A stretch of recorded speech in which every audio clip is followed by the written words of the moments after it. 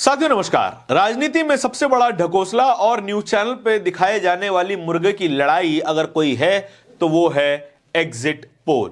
Voting खत्म होने के ठीक 1 घंटे बाद तमाम न्यूज चैनल पे ऐसा दृश्य आपको देखने को मिलेगा कि जैसे अवध के नवाब मुर्गे लड़ा रहे हों और दिखाया जाएगा कि देखिए एग्जिट पोल हम लेके आए हैं। इस चुनाव का नतीजों से पहले का नतीजा हम आपके लिए लेकर आए हैं। हमने एक एक वोटर से जा जाकर बात की है, बड़ा सर्वे चलाया है, बड़े सैंपल साइज के साथ ही हमने सर्वे किया है और वोटर के दिल में झांक करके आपके लिए सच निकाल कर लाए हैं। एक एक वोटर ने हमें सच बताया है, इस बात का भी दावा किया जाएगा और दावा किया जाएगा कि ये जो आने वाला चुनाव है उसका नतीजा हम आपके सामने गिनती से पहले ही रख दे रहे हैं।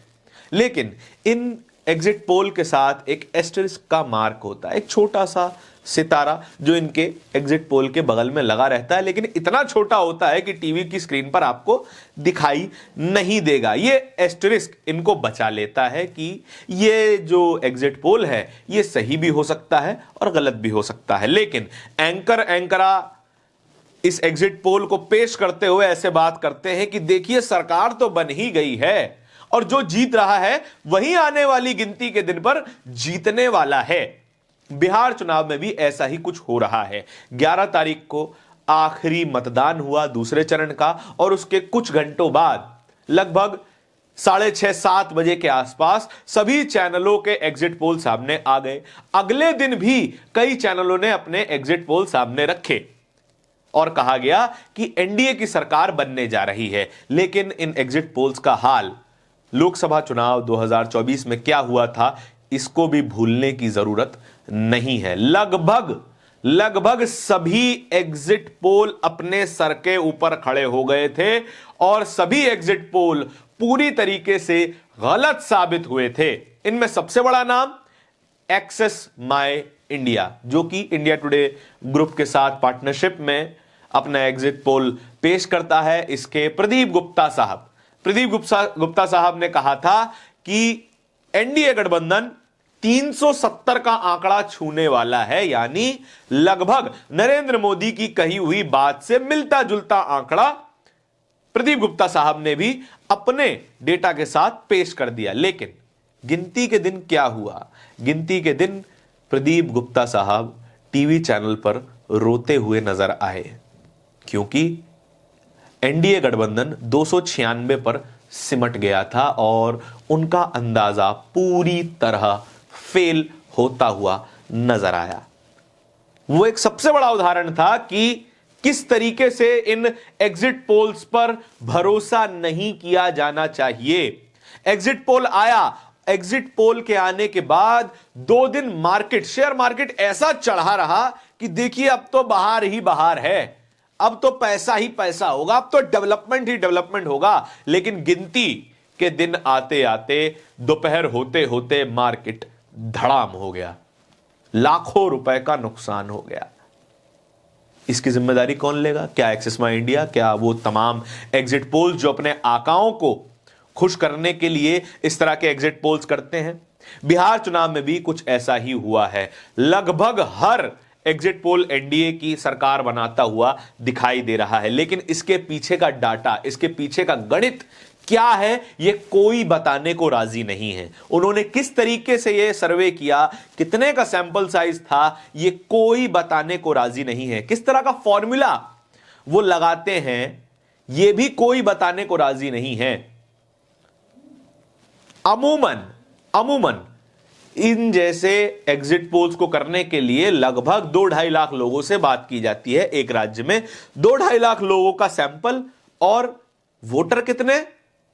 लगभग 7.5 करोड़ वोटर। 7.5 करोड़ वोटरों का अंदाजा आप 2-2.5 लाख के सैंपल साइज से कैसे लगा सकते हैं? इसका गणित भी अभी तक कोई नहीं दे पाया है और सभी दावा कर रहे हैं कि यही नतीजे आने वाले हैं। और टीवी पे बैठे हुए एंकर भी उसी स्वर में बात करने लगते हैं कि मानो बीजेपी की सरकार तो बन ही गई है। लेकिन इस एग्जिट पोल के बाद कई रिएक्शन सामने आए हैं। 2015 का बिहार चुनाव एग्जिट पोल फेल हो जाते हैं। 2020 का बिहार चुनाव, एग्जिट पोल फेल हो जाते हैं। क्या 2025 के बिहार चुनाव में एग्जिट पोल सही साबित होंगे? लोग तो ऐसा नहीं कह रहे हैं। एक एक करके आपको रिएक्शन सुनवाना शुरू करता हूं। आरजेडी की प्रियंका भारती एक टीवी चैनल में बैठी थी, टाइम्स नाउ टीवी चैनल है, बहुत फेमस एंकर महोदया हैं नविका कुमार। नविका जी सवाल पूछ लेती हैं। क्या सवाल है? प्रियंका लिख रही हैं। नविका जी ने सवाल पूछा, आपके नेता कह रहे हैं कि पोल स्पॉन्सर्ड हैं इतने सारे, यानी कि नविका कुमार ने कहा कि तेजस्वी यादव कह रहे हैं कि ये जो पोल्स हैं उनको भाजपा ने स्पॉन्सर किया है। प्रियंका क्या जवाब देती हैं? पीएम केयर फंड में मोदी जी ने खूब धन की उगाही की है, गरीब जनता से पैसा लूट लिया है, उसी पैसे का इस्तेमाल करके एग्जिट पोल कराने में क्या परेशानी है? सीधे तौर पे वो बता रहे हैं कि बीजेपी के खरीदे हुए ये एग्जिट पोल करवाने वाले लोग हैं। और उसमें प्रदीप गुप्ता भी, उसी पैनल में प्रदीप गुप्ता बैठे हुए थे, उन पर भी निशाना साध दिया और कहा कि 2024 में जैसे आप गलत साबित हुए थे 2025 में भी गलत साबित होने वाले हैं। शुभांकर मिश्रा कह रहे हैं कि बिहार को समझना आसान नहीं है बाबू। बिहार ने 2015 में भी खेल पलट दिया था, 2020 में भी खेल पलट दिया था और 2025 में भी खेल पलटने जा रहा है। अब किसके पक्ष में पलटेगा इसके बारे में हम और आप तो अंदाजा लगा नहीं सकते। यह बात तो अगली सुबह ही बताएगी। लगभग 10 बजे तक खेल साफ हो जाएगा किसकी सरकार बनने जा रही है। मनीष तिवारी शुभांकर मिश्रा की यही वीडियो पोस्ट करते हुए क्या लिख रहे हैं इसको भी जानिए। इस बार भी एग्जिट पोल चुल्लू भर पानी में डूब मरेंगे। वो कहां मुंह दिखाएंगे अपना, जो 2 दिन पहले ही बता रहे थे कि देखिए हमारे पास तो भविष्यवाणी है। कहां मुंह दिखाएंगे? आरजेडी की एक और fire brand spokes person Kanchana Yadav, Kanchana भी एक चैनल पे बैठी हुई, न्यूज 24 पे बैठी हुई, लगातार इस बात को दोहरा रही हैं कि एग्जिट पोल फेल होने जा रहे हैं, एग्जिट पोल आत्महत्या कर लेंगे। एग्जिट पोल करने वाले नहीं, ये जो exit poll the graphic the data उसकी बात कर रहे हैं कि आत्महत्या कर लेंगे 14 तारीख को। वॉइस ऑफ ट्राइबल्स क्या लिख रहे हैं ये भी पढ़ लीजिए। पत्रकार, सारे एग्जिट पोल कह रहे हैं कि एनडीए की सरकार बन रही है। कंचना यादव, 14 तारीख को सभी एग्जिट पोल आत्महत्या करेंगे। तंज है। अब आप समझिए इसके मतलब क्या हो सकता है। अब क्रांति कुमार को भी सुन लीजिए। तमाम एग्जिट पोल्स को पढ़ने समझने के बाद क्रांति कुमार ने भी अपने विचार सोशल मीडिया प्लेटफॉर्म एक्स पे शेयर किए हैं, उसको भी बता देते हैं। Exit poll total business model का हिस्सा है, न्यूज चैनल पर परोसा जाने वाला मनोरंजन है। चुनाव खत्म होने के बाद प्राइम टाइम पर एग्जिट पोल दिखाने से एड मिलता है। सही बात है। क्यों केवल प्राइम टाइम पे एग्जिट पोल आता है इसके बारे में भी सोचा जाना चाहिए। अब चैनल यह कहकर बच सकते हैं कि देखिए शाम को ही चुनाव खत्म होता है, शाम को ही प्राइम टाइम होता है और शाम को ही हमारे एग्जिट पोल आते हैं, तो फिर सबसे ज्यादा विज्ञापन का खर्च आप तभी क्यों लेते हैं ये भी जरा सोचिए। क्योंकि लोग बड़े उत्साहित होते हैं कि देखते हैं कौन किसको जिता रहा है, तो फिर विज्ञापन भी खूब आता है। टीवी चैनल पर सत्ता पक्ष को जिताते हुए दिखाकर सरकारी विज्ञापन और कॉर्पोरेट विज्ञापन दोनों हासिल करते हैं।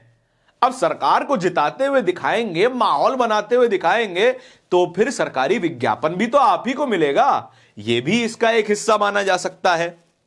ज्यादातर एग्जिट पोल करने वाले समूह न्यूज चैनल के एडिटर या एंकर के करीबी लोग होते हैं। करीबी लोग, ये बड़ा इकोनॉमी है भाई साहब। ये जो एग्जिट पोल करने वाले लोग हैं ये अपनी जेब से एग्जिट पोल थोड़ा ही करते हैं, ये इन्वेस्टमेंट है। इन्वेस्टमेंट लगाइए, जरा डेटा पहुंचाइए, डेटा इकट्ठा कीजिए और उस डेटा को किसी तरीके से कैलकुलेट करके सत्ता की ओर मोड़ दीजिए और हर चैनल से अपना कॉन्ट्रैक्ट उठा लीजिए इस डेटा को बेचकर। फ्री में नहीं आता है आपकी स्क्रीन पे डेटा। ये डेटा कलेक्ट करने वाली सी वोटर, एक्सेस माई इंडिया और तमाम तरीके की ये चाणक्य, डीबी लाइव, इन तमाम तरीके की ये जो संस्थाएं हैं वो अपना डेटा बेचते हैं चैनल्स को, न्यूज चैनल्स को, और मोटा पैसा उठाते हैं।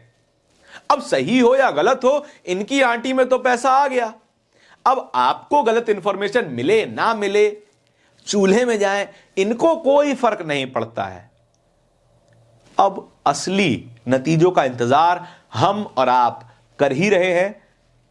जरूरत है टीवी चैनलों से थोड़ी सी दूरी बनाने की, जरूरत है एक सही इन्फॉर्म्ड नागरिक बनने की। कोशिश कीजिए कि अपने सोर्स खुद बनाएं, कोशिश कीजिए कि अलग अलग सोर्सेस से ज्यादा ज्यादा जानकारी इकट्ठा करें, एनालाइज करें, समझें क्या सही है क्या गलत है, तब जाके किसी निष्कर्ष पर पहुंचे। इस खबर के बारे में आपके क्या विचार हैं, इन एग्जिट पोल्स के बारे में आपके क्या विचार हैं, कमेंट सेक्शन में जरूर बताइएगा। इस तरह की खबरें और भी देखते रहने के लिए बोलता हिंदुस्तान को सब्सक्राइब जरूर कर लीजिएगा। बहुत बहुत धन्यवाद।